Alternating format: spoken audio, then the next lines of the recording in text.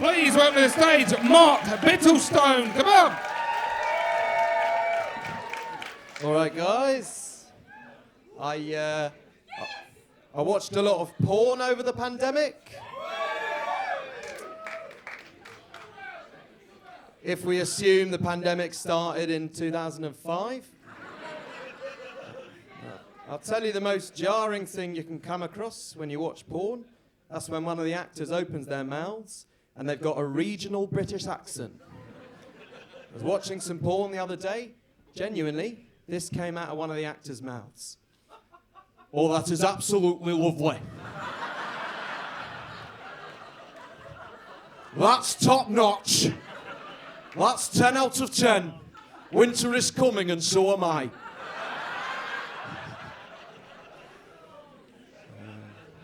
I'm what's known in the industry as a little gay boy.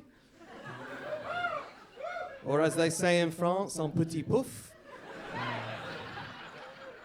I've been looking back recently, right, and wondering about whether my family just knew. And then I remembered this time, right, that my mum sat me down and goes, look, Mark, we found gay porn on the family computer. Was it you?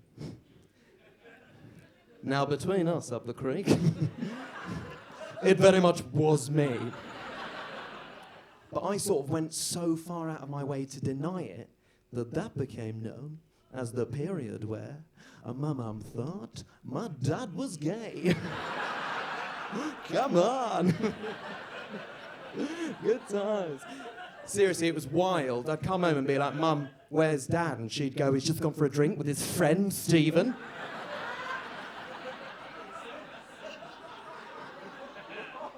Even when I finally came out, the first thing he said to me was, well, I think we all know where you got that from.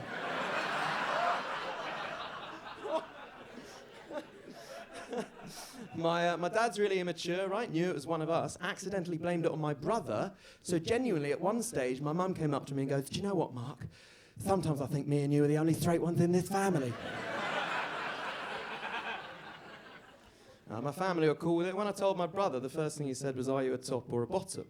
And I said, seriously, awkward. I said, top. And he goes, whew. And I was like, what difference does that make? And he goes, I'm really sorry, mate. I know this is bad, but I just find it really difficult to imagine like a man in our family like having a willy up his bum. And I was like, you're going to freak out when you hear about Dad, mate. Seriously. That guy.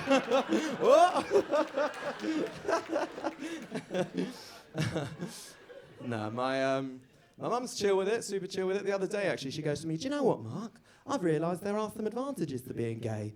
And I was like, fucking hell, this will be good. She goes, you know, for example, if you run out of boxers, you can just borrow some of David's. By the way, no idea who David is.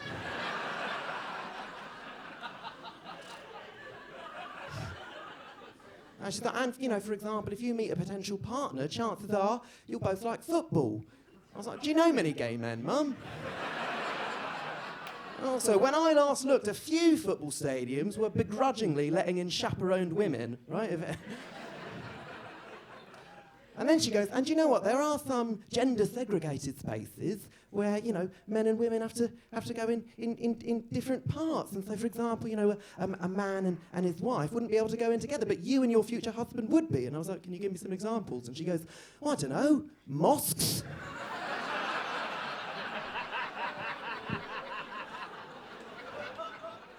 Absolute idiot, to be honest.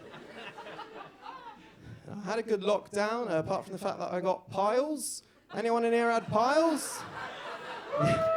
Yeah, piles friendly group, I love it. If you don't know what piles are, they're very painful swollen blood vessels in your bum, otherwise known as hemorrhoids, or amongst the gay community, speed bumps.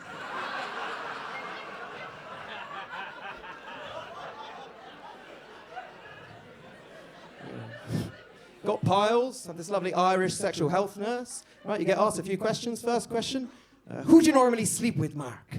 I thought, just be honest, so I replied, strangers. I told her I was gay, and she goes, where do you normally meet these strangers? I said, on an app. She goes, oh, Grindr. I said, no, Brenda, BBC News.